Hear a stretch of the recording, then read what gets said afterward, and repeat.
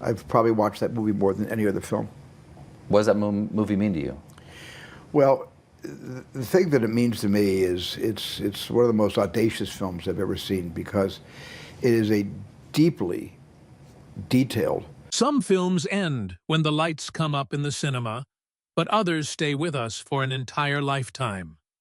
At the age of Wondrous rapport 79, between with silver in his hair and the marks of time etched Gaining into facts the or hands trying to that figure out helped what's shape true and what some of isn't true, Hollywood's which seems greatest dreams, Steven Spielberg, the wizard of world cinema, paused to look back on the past. The man who made the world hold its breath with Jaws, weep with E.T., and bow its head before Schindler's List, ultimately found himself captivated by among the thousands of films ever created, which 5 masterpieces ignited the artistic flame within him, and how did they shape the greatest director of all time? There is something both magical and deeply reflective about the fact that Steven Spielberg has reached the age of 79. At a stage of life when most people choose to rest and view the past as chapters already turned, Hollywood's wizard remains there quietly looking through the lens with the curiosity of a child still shining in his eyes. Yet his perspective today is very different from the one he carried during the dazzling decades of his rise to fame. After spending nearly a lifetime living and breathing cinema, Spielberg is no longer the young director driven by a desire to prove himself. In his youth, he was the golden boy of filmmaking, seeking breakthroughs and using the primal fear of Jaws to drive millions away from the beaches or the technical magic of Jurassic Park, to awaken a sense of wonder in audiences around the world. At the height of his career, he reached profound emotional depths and confronted historical tragedy through Schindler's List and Saving Private Ryan, where masterful filmmaking blended seamlessly with deep human compassion. Now at 79, films such as The Fabelmans reveal a very different Spielberg. He is no longer chasing box office records or overwhelming spectacle. The doors of Spielberg's cinema now open inward towards healing childhood memories, the fragility of human existence, and a pure love of filmmaking itself. Nostalgia at the age of 79 is not a sign of weakness. It is the maturity of a soul that has weathered every storm and realized that a camera does more than capture images. It records the heartbeat of life. In later years, art is no longer about proving what one can do to the world, but about understanding what scars and beauty the world has left within one's soul. When a filmmaker who has created countless masterpieces sits down to select the 5 greatest films of all time, his standards are no longer based on technology, visual effects, or billion-dollar box office returns. At the age of 79, Spielberg's criteria have returned to the most fundamental and timeless values. First and foremost is emotional truth. A great film must make its audience forget they are sitting in a cinema and immerse them in a moment so authentic that it leaves them moved or overwhelmed. Equally important is the enduring power of visual storytelling. Special effects may become outdated with time, but the placement of a camera, the way light falls across a character's face, or the rhythm of a perfectly executed cut can endure for centuries. Above all, however, the most important factor is the power to awaken dreams. For Spielberg, the 5 films he selected are not merely technically flawless works of cinema. They are beacons. They are the films that once moved the young Spielberg so deeply that he trembled with emotion and promised himself that he would spend his life telling stories of that caliber. At 79, Steven Spielberg no longer views cinema through the eyes of a producer or a veteran director. He sees it through the eyes of someone who has traveled most of life's journey, listening to the heartbeat of time and paying tribute to the dreams that shaped his soul. Lawrence of Arabia, 1962, directed by David Lean. In 1962, A 16-year-old boy named Steven Spielberg walked into a cinema to watch the latest film by director David Lean, Lawrence of Arabia. When the lights dimmed and the images unfolded across the vast Super Panavision 70 screen, Spielberg's view of the world changed forever. Years later, after becoming one of the most celebrated figures in cinema, Spielberg repeatedly admitted that without Lawrence of Arabia, there would never have been a Steven Spielberg as the world knows him today. This was not simply another great film on his list. It was the lightning bolt that ignited a filmmaking career spanning more than half a century. Lawrence of Arabia recounts the life of T.E. Lawrence, a British Army officer sent to the Arabian Peninsula during the First World War to assist local tribes in their uprising against the Ottoman Empire. Yet David Lean did not turn the story into a conventional historical war film or a celebration of traditional heroism. Instead, he transformed the harsh Nafud desert into a living character, and Lawrence's journey into a complex psychological tragedy about identity, ambition, and humanity's struggle within the natural world. The film is remembered for its extraordinary mastery of cinematic scale.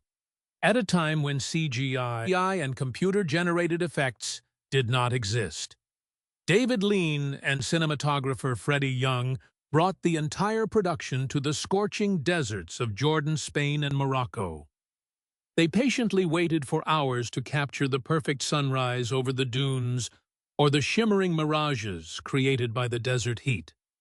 These breathtaking wide shots, where human beings appear as tiny specks within endless oceans of sand, redefined what grandeur could mean on the big screen. When discussing Lawrence of Arabia, Steven Spielberg often highlights one of the most famous match cuts in cinema history.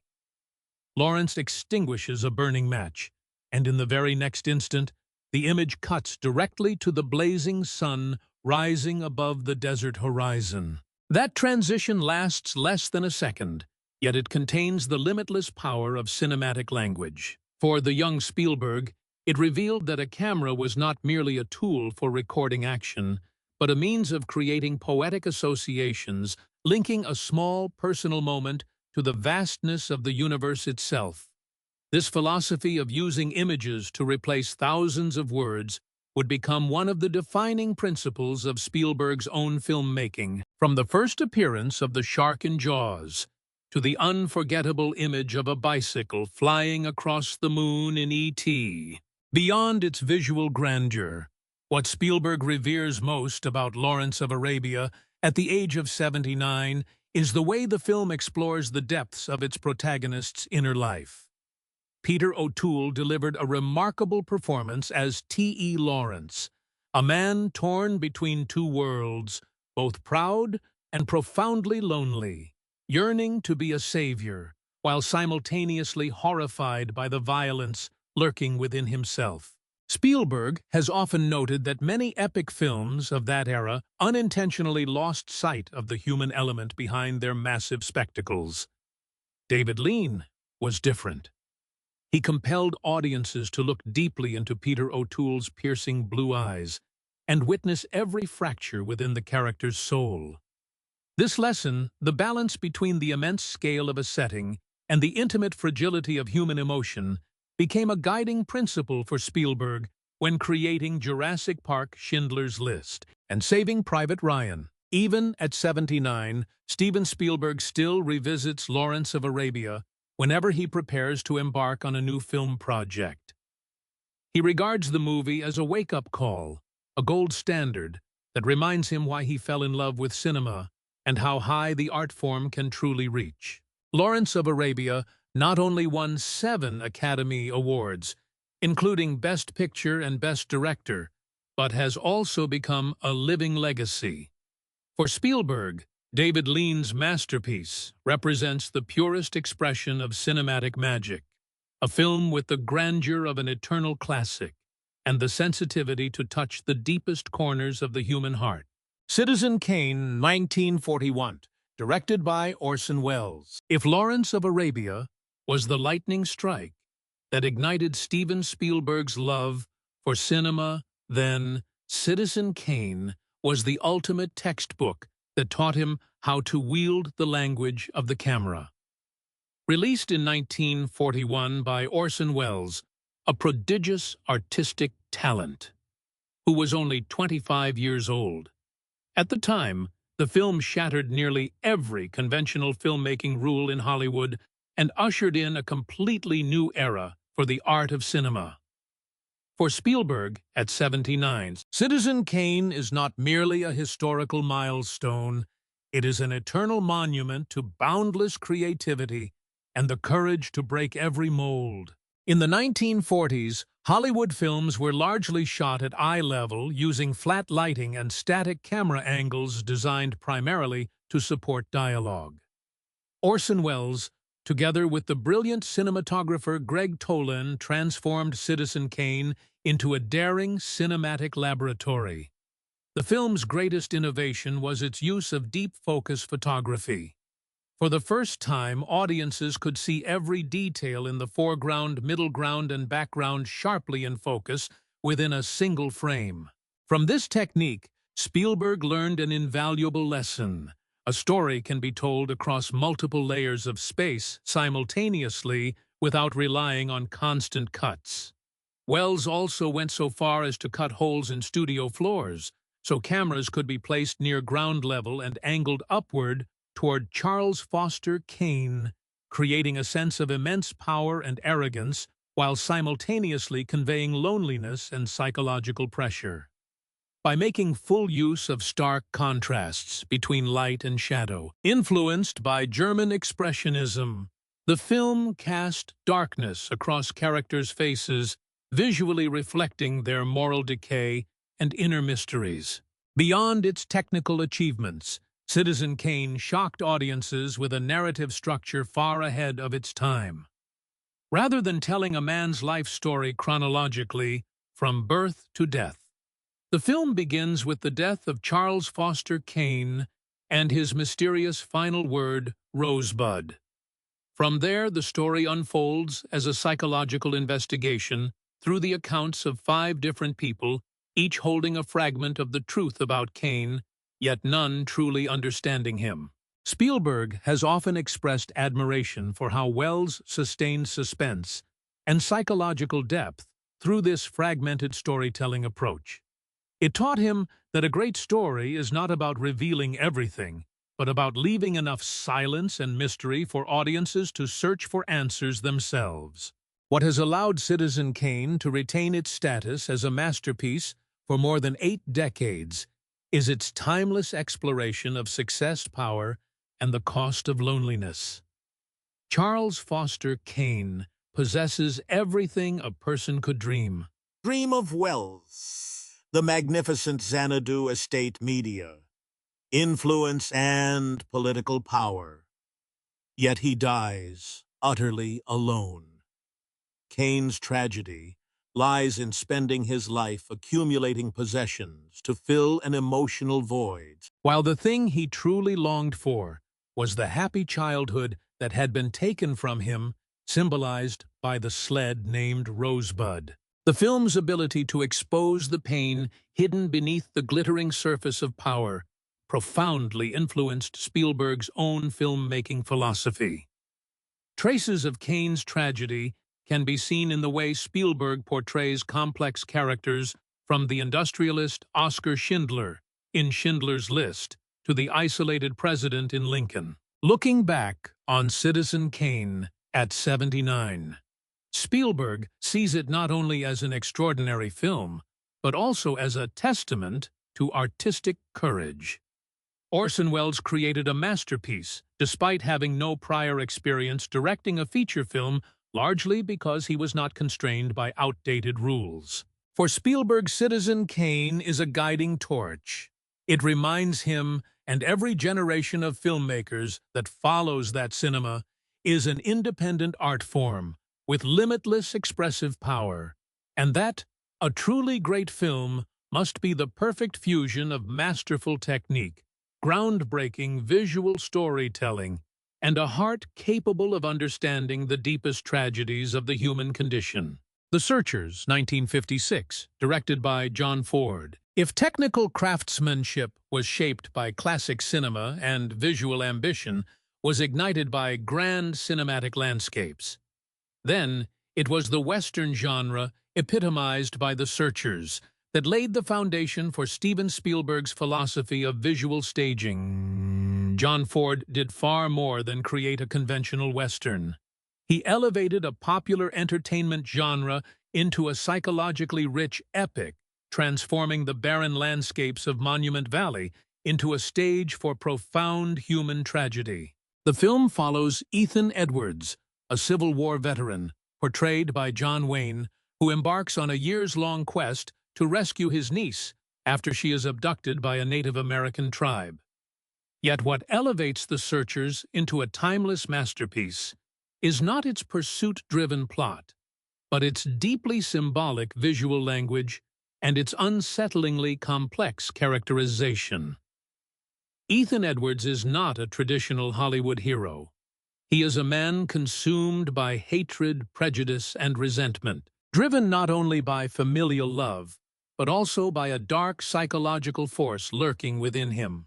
From a cinematic perspective, John Ford left behind a masterclass in the art of the frame within a frame. The film's iconic opening and closing shots, viewed through a doorway that opens onto the vast desert beyond, remain among the most celebrated visual images in film history. That doorway symbolizes the boundary between civilization and wilderness, between the safety of home and eternal solitude. The protagonist emerges from the darkness of the house into the harsh light of the desert, and when his journey is finally complete, he turns away and walks off alone as the door slowly closes behind him. This philosophy of placing characters within their environments and using architecture or nature as a secondary frame profoundly influenced Spielberg's own filmmaking style. From the rearview mirror shots in Duel to the shark's jaws in Jaws, to the vast spaces of E.T., traces of John Ford's framing techniques can be found throughout Spielberg's work. It is no coincidence that in the autobiographical The Fabelmans, Spielberg chose his pivotal encounter with John Ford as the film's closing scene, a heartfelt tribute to the spiritual mentor who shaped his artistic vision. Looking back on The Searchers at the age of 79, Spielberg sees its greatest achievement as its courage in confronting the darker corners of human nature. John Ford demonstrated that cinema could use a seemingly simple story and a rugged setting to explore profound questions of identity, hatred, and redemption. That is why the film not only helped define the Western genre, but also became a guiding influence on the way Spielberg infused psychological depth into every frame of his own career. 2001, A Space Odyssey, 1968, directed by Stanley Kubrick. In 1968, long before modern CGI, and at a time when outer space remained a distant mystery for much of the public, Stanley Kubrick delivered a visual masterpiece that shook the foundations of world cinema with 2001, A Space Odyssey. While earlier masters taught audiences how to tell stories and compose images within the physical world, Kubrick opened an entirely new frontier cinema as a spiritual experience, a journey beyond the limits of human perception. The film takes viewers on a breathtaking philosophical voyage from the dawn of humanity, when primitive apes first learned to use tools as weapons, to a future where humans confront the supercomputer, HAL 9000, and pass through a cosmic gateway into a new stage of existence.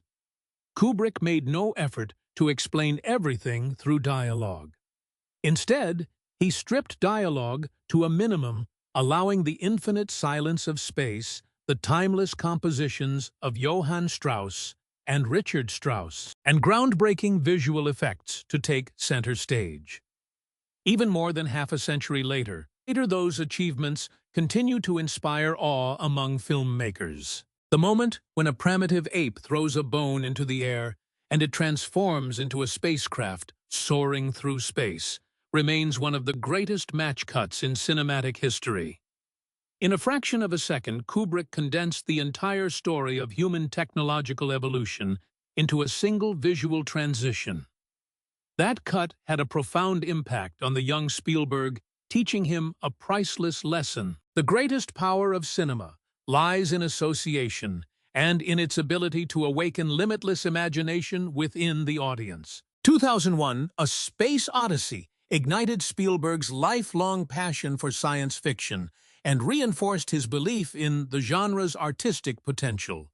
Without Kubrick's masterpiece, the world might never have witnessed the wonder of Close Encounters of the Third Kind, the fairy tale warmth of E.T., the extraterrestrial, or the philosophical exploration of artificial intelligence found in AI.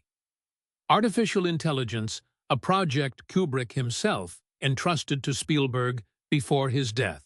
Unlike Kubrick's often cold, distant, and skeptical view of humanity's future, Spielberg chose to fill the cosmos with warmth, hope, and compassion. Yet, he inherited from Kubrick a profound reverence for the mysteries of the universe and a commitment to visual storytelling over exposition. The close friendship that later developed between the two cinematic giants was rooted in this shared artistic sensibility and Spielberg's deep admiration for Kubrick's uncompromising vision. At 79, Steven Spielberg still regards 2001: A Space Odyssey as the pinnacle of science fiction cinema and one of the purest cinematic experiences ever created. The film reminds him that movies are not merely vehicles for entertainment or adventure stories. At their highest level, they become works of art, capable of awakening humanity's most primal sense of wonder, compelling us to look up at the night sky and contemplate our place within the vastness of the universe. It's a Wonderful Life, 1946, directed by Frank Capra. After journeying through breathtaking desert landscapes, intricate psychological narratives, masterful Western compositions, and the infinite expanse of outer space, the final piece that completes Steven Spielberg's cinematic universe returns to the simplest and most profound subject of all, the human heart. In 1946, as the world emerged from the devastation of World War II, director Frank Capra gifted cinema an enduring treasure with It's a Wonderful Life, a film that not only helped define compassion in storytelling, but also left a lasting lesson in Spielberg's soul about the value of life itself. The film tells the story of George Bailey, a kind-hearted man who repeatedly sacrifices his own dreams for the sake of his family and the small community of Bedford Falls. When he reaches the depths of despair and contemplates ending his life on Christmas Eve, a guardian angel intervenes. By showing George a world filled with darkness and suffering, in which he had never existed, the film delivers a deeply moving message. Every life, no matter how ordinary it may seem, leaves an irreplaceable mark on the lives of others. What Spielberg treasures most about It's a Wonderful Life is not its technical achievements, but its extraordinary ability to reach the deepest emotional core of audiences. Frank Capra possessed a rare gift for portraying ordinary people who become extraordinary through kindness, faith, and hope. That warm, profoundly humanistic heartbeat became a defining element throughout Spielberg's own body of work. The influence of Capra's compassionate storytelling can be seen in the hopeful ending of E., the emotional reunions in The Color Purple, and the redemptive humanity found amid unimaginable horror in Schindler's List. At the age of 79, having experienced both the triumphs and hardships of life, Spielberg regards It's a Wonderful Life as a sacred reminder of the true purpose of filmmaking. In a world filled with uncertainty and upheaval, cinema should do more than merely reflect reality or showcase technical brilliance. Above all, it should serve as a source of warmth, hope, and healing for those who need it most. Frank Capra's masterpiece remains one of the most powerful examples of how a great film can transform the way people see their own lives. Looking back at the 5 films Spielberg considers the greatest of all time, it becomes clear that this list is far from arbitrary. It is a carefully constructed roadmap of the artistic influences that shaped the mind and vision of Hollywood's master storyteller. If Lawrence of Arabia taught him about epic scale and the grandeur of cinematic landscapes, Citizen Kane provided the master key to cinematography, lighting, and sophisticated narrative structure. If The Searchers taught him the courage to explore humanity's darker corners and the art of visual composition, 2001: A Space Odyssey inspired his faith in visual storytelling and his fascination with the mysteries beyond our world. Finally, It's a Wonderful Life serves as the thread that binds them all together, a beating heart of compassion that gives soul and meaning to every technical achievement. Spielberg was never merely a film lover. He became one of the greatest students of the masters who came before him. He absorbed their techniques, filtered them through his own unique perspective, and transformed them into a cinematic language that would help define modern popular filmmaking for generations. At 79, with the brightest spotlights of his career behind him and achievements few could ever match, Spielberg's decision to share this list carries a deeply meaningful significance.